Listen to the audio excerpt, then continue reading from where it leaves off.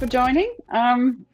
So do post any questions into the chat. I will try and multitask, which I'm never able to do. So just to introduce myself, I'm Anja Klüver. I'm the partner and MD at Manyone London.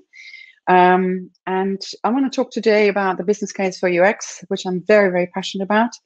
And the crucial message here for startups to succeed, design is non-negotiable. And I know that Deborah, who used to work as a design council, agrees with that. So I've got my slides on the left because I can't read what's going on the screen here. So forgive me for the occasional left turn. So we're Manyone, and we are a global strategic strategy design hybrid, combining the best in strategy, technology, and design. And we're built to help businesses drive fast strategic change led by world-class execution. And that's really, really important. We don't do anything, we don't do any strategy without actually executing, because you can't prove what you're building and what you're coming up with. And we're here to shape everything that's next. And what we believe in is that the next decade will only take 5 years. As we all know, and specifically driven by COVID, is that everything is accelerating at breakneck speed, and technology is driving rapid change, including IoT, AI, virtual reality, augmented reality, etc. And driven by 5G, it is accelerating. And that is why everything is going to change. The business landscape is changing. Hi, Tammy from Singapore, and hi, Gavin. Brilliant. So if the future is arriving at such a great speed, then we can't work with traditional strategies. And that's why design and design centricity allows us to have a different perspective on and focusing on exploring and rapidly prototyping and validating what needs to happen next. And it's the only way to do it in our perspective, of course. So apart from having worked for some very impressive global companies, Manyone has also worked, and we've worked also for some very, very nice startups, and help them to create unique differentiation, but also to create desirable, feasible, and viable products and services that could go to market as quickly as possible to generate market advantage. I forgot to press the timer. But personally, I've also lectured and given workshop modules at 2 accelerators. So I have quite a lot of experience with startups at the Open Accelerator in Milan and in Rocket Space. And that's about enough self-promotion for today. So core remit of this talk is design is now a company's biggest differentiator. And UX and service design and design thinking are all terms that I won't go into detail now. Gavin has already explained some of it. Has become the most strategic drivers for companies and startups that like to create products and services that deliver unique value and advantage and in the audience's mind. So I'll be briefly talking about the top reasons why startups fail and how UX can help. And the business case why UX is not a nice to have, not a nice add-on at the last minute to create a nice, good-looking app or something. It's not going to work. And 3 design-centric use cases. So the sad reality is that only a minority of startups will succeed. And startups and businesses alike, it's the same for all. Will go through a number of challenges in different stages in their growth strategy. And in that will increase risk and costs of going to market and reduce the success of going to market as well. And that is including from making assumptions about the audiences and the right growth hacking strategy to spending a huge amount of technology budget. And I'm sure you know that. Upfront before even validating the market relevance and market need with end audiences. And here are the top reasons, according to Forbes, why startups fail. And the good news is that design thinking, design, UX experience design, can help to alleviate some of these key top challenges. And the very top is no market need. And that's a crucial one. I mean, 42% failing because there's no market need. They spend vast amounts of money on getting out to market and then realize nobody wants to buy it. And that's such a depressing place to be. So design and design thinking can help you to, and will help you, not can, will help you to generate an understanding of the market, where the gaps are in the market, and what truly drives differentiation. And the other one is running out of cash. So it's as I mentioned before, if you're focusing on having a technology-driven approach, you're very, very, very likely to run out of cash too quickly, and you're also not very likely generating a poor product that is not meeting end users' needs. So there's many more things I could go into, but ignoring customers, focusing on technology, and not validating market needs are kind of the central themes here. So bottom line is, experience design is great for business. It's not optional. And it's the biggest differentiator of companies today. And it's become absolutely essential to the future of businesses, and design-centric startups have repeatedly outperformed the market and generate a much a greater market share. I will read through comments in a moment. I'm terrible at multitasking. I do apologize. The core message needs to be investing into design will reap incredible benefits, and it's not a nice to have. It's not about designing a great interface at the very end of the process. It won't solve your customers' problems. And the very best way to sell and design, which is always a struggle in any organization, is to highlight the economic benefit of not doing it and then doing it. And living in a connected world means customers hold all the power. And a product is only as good as the service that surrounds it. And 80% of businesses, according to Bain and Co., think they have a superior service, but only a fraction of customers actually agree if you ask them. So it's absolutely crucial to understand how your service is actually performing, because generally there will be a big service gap. Thank you, Ricardo. I've managed to focus on that a comment. Thank you. So ignoring your customers won't bode well. And if you believe something that works well, test it with your audiences. Don't think just because you think it works well, it's going to work well. So get validation from out there. And it's because we're living in an experience economy. So today it is, it's no longer about product pricing differentiation, and most customers believe in and value a brand and evaluate a brand on the customer experience. So and a customer is far more likely to switch to a competitor in a very crowded market in the startup world if the problem is service related versus product and price related. And also, as you can see, the cost of attracting customers is way higher than the cost of retaining customers. So once you've got customers, make sure they stay. Make sure you design an experience, a journey, an end-to-end journey, not just a single siloed product, an end-to-end journey that looks at what your customers need, resolves your customers' pain points as quickly and as best as possible, and help to retain them through continuous value. So what does what combines successful startups? What do these startups have in common? Essentially, it is most successful unicorns have integrated a design-centric culture. That's the bottom line. And what does that mean? They've considered the end user needs. They've taken something incredibly complex and made it incredibly simple. And that's obviously where design comes in. And then they revolutionized a traditional business model into a disruptive and unique value proposition that generates a lot more love in the end customer. And in a very, very crowded startup market, and sorry, I couldn't find any stats around from today, 2020, but this is, anyway, demonstrates the key message here, that the startup market is a very crowded market, and it may have been easy to get funding, but to stand out in the market is much harder. And most of these companies, if not all, have DNA in their design, in their business strategy. And message here is it is unlikely for a startup to succeed these days unless you have an integrated design strategy. And disruption, and all of these are disruptors, of course.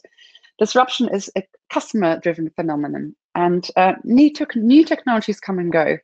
But the ones, and most of these startups probably don't have much better technology or superior technology than their incumbents. Of course, I can't prove that, but essentially the bottom line here is what they've done is the ability to deliver and faster and more accurately exactly what their customers want is what separates them, the wheat from the chaff.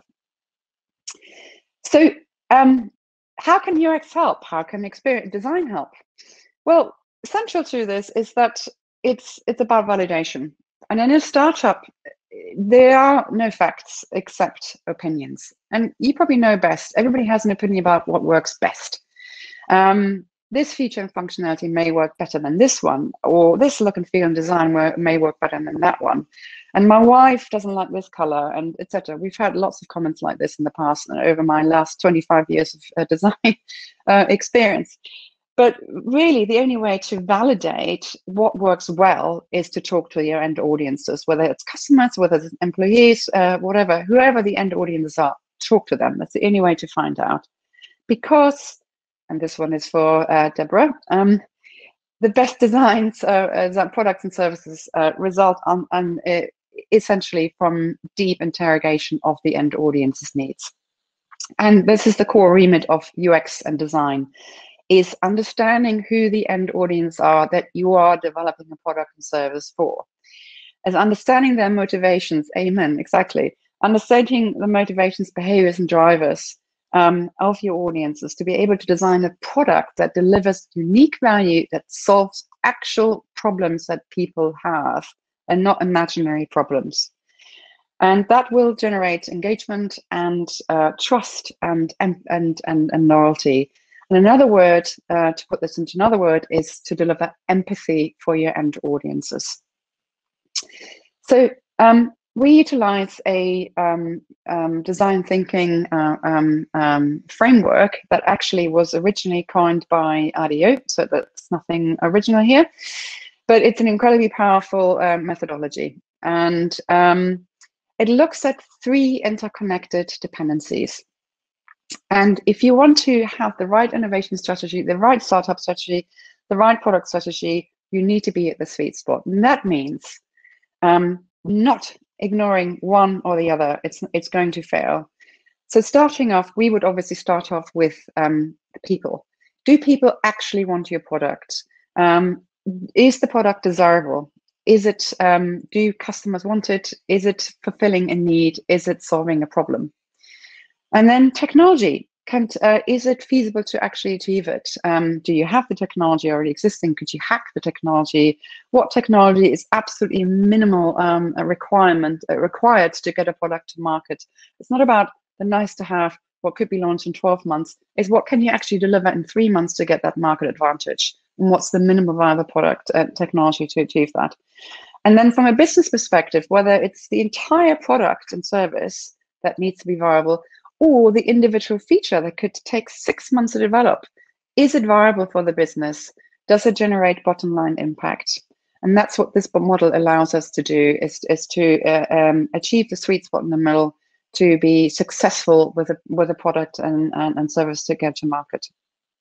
So, and one thing, and I had to cut slides significantly, but one quick tip is, if one thing to read is read the Eric Ries's The Lean Startup, which is a fantastic book in helping you to understand how to develop a sustainable startup and use agile methodologies like Lean UX. Moving on. So 3 use cases for as a design-centric startup. Yes, agree, Carlos. Oh, hello, Carlos. Lovely to see you. So, and like my great friend Gavin, but hopefully with a slightly different twist, I'd like to talk about Airbnb. And the reason why is because I am not just to come up with a great startup, but because I am a host. I rent out a place and I'm a guest. So I really experience the customer experience, the product experience regularly on a daily basis. And it is fantastic. I'm a huge promoter of Airbnb because they really got it right. And it's also a great story of a how design thinking transformed a fledgling startup into a billion-dollar business. They've baked design into the organization, and they've built a hugely successful business on the back of understanding what their customers. Oh, Airbnb right now. It's interesting. I hope the check-in experience was good. On the back of understanding what customers really, really want, and then providing products to match it, and they've scaled the business very successfully as a result. And that has reaped fantastic results. I mean, unfortunately, because of COVID obviously has stumbled their growth, and the valuation is now down to 18 billion. But I'm sure they're going to bounce back because they're already bringing in new initiatives, some of them less liked than others, to develop new services and pivot in this current time. But moving on very quickly, design reaps incredible results, which is the core message of this slide. And design, Airbnb has grown from a two-man startup into a hospitality behemoth, valued at 30 billion. And along the growth stories, there are many, many milestones that have influenced this growth stories, influenced by design. And I'll talk very briefly about three of them. Number one, and Gavin has already mentioned that one, but it is the number one starting point, because for 5 years, Airbnb was flatlining with the growth. They were only making $200 a week with zero growth. And then they were trying to develop themselves out of their troubles and realizing nothing was really actually changing. So then they took the initiatives, and I think one of the investors says, guys, why are you not talking to your people, to the guests and the hosts who are actually delivering your service, your product? So what they thought, okay, quants won't tell us what something is, why something is not working. So they went to New York, rented out a camera, took the photos really, really professionally, as you can see before and after, to actually realistically represent the product. And with a very, very low tech solution, they delivered an incredible return on investment. Within a month, they saw 2 to 3 times growth, but it also opened up their market to not just renting out rooms, but to rent out flats. And then later on, of course, whole houses and tree houses and igloos and everything else. So a very low tech solution, which also helped them to scale their offer. The second one, hospitality. So when they were growing exponentially, but if you were looking at, if you were asking Sir Brian Chesky what would help them to grow, he said it wasn't about wanting a cheaper space. It is actually to look at the entire experience and develop an end-to-end experience. So they looked at integrating hospitality into the entire experience by, he came across a hospitality book, hotel book, and that inspired him from Cornell's Hotel School. And that inspired him to sort of set up a set of hospitality standards that includes things like getting into the place in the right way without a total panic attack, of not knowing where the keys are to be found, to cleaning standards. And that's so crucial right now during COVID. How do you trust a place that it's clean, that it's safe for you to use? And so they've published standards around that. So the hospitality standards that only hotel usually have, standards they've baked into their user experience. And then thirdly, I'm running out of time, is designing the entire experience backwards. So they've integrated new the trips into the experience. And of course, this is how they've pivoted right now. It's online experiences right now during COVID, which is brilliant. And that has allowed them to really expand their proposition, their positioning, and really engage with their brand, the original brand essence, which is to provide localized and truly sort of authentic trips. And final words, main message is you're a user, talk to your users, interrogate who users are, find out what truly motivates and drives them. UX is not optional, it's not a nice to have. I'll get back to the message in just a second. And technology is the enabler, not the driver. And those are the three messages, and there's heaps and heaps of more things I could talk about endlessly, as you can imagine, because I'm very passionate about this. So yes, so Airbnb is always, Mohit is always a really good one in all the talks. And as Gavin was saying, there's so much been talked about, and I'm sure there's going to be books written about it in the future. It's a great story, great TED Talks. And I'm looking at Mark's message, learning from the Airbnb business model that they had massive negative impact on cities. That's very, very true. Why did not foreseen during the decision-making process, and how could these kind of plane crashes avoid it? Very, very good question. It's a tricky one to answer. And I guess you can't ever sort of predict what happens with a business model when guests are starting to buy up properties and only use them for rental properties, which means that other, the rental properties will go out of proportion, rent will go out of proportion, and lots of businesses stay empty. And I think this is a really crucial one for COVID right now.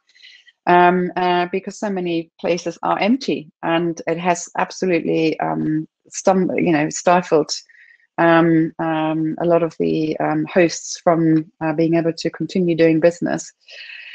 I'm glad you love UX, Thomas. Happy to talk to you more about this. Thank you, Carlos.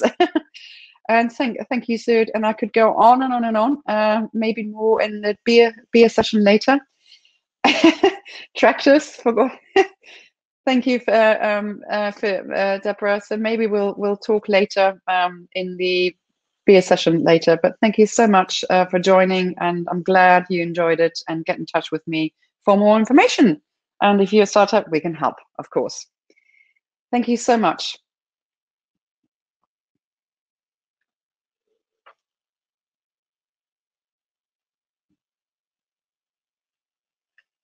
Yes, I so agree, Patrick.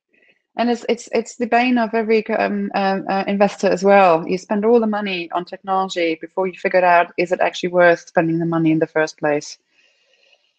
Had spent most of the budget on the. Oh, good, you've done that, Thomas. That's good. Well, you're one of the few people out there, because it's hard enough to convince startups that design is so important. But once they've experienced it, there's no way of going back. They realize it is the only way to deliver a sustainable and scalable startup that can accelerate market growth and market advantage. Thank you all. So I don't know how it works. I guess I just shut down and then join another start conversation. Thank you, guys.